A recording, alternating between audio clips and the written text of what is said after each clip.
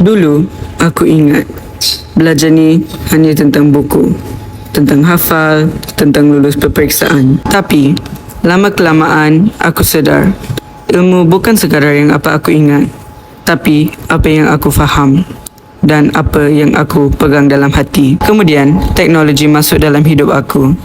Pada bolehnya sekadar hiburan.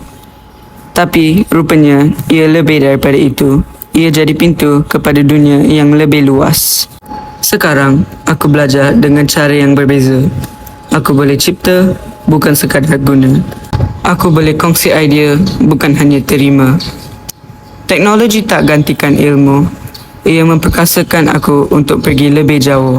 Tapi, bukan semua mudah. Kadang-kadang, aku hanyut. Dalam dunia tanpa sempadan ni, aku kena pilih arah sendiri.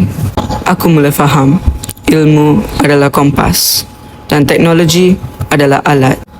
Tapi, aku percaya dengan ilmu di hati dan teknologi di tangan, aku boleh jadi siapa saja yang aku impikan.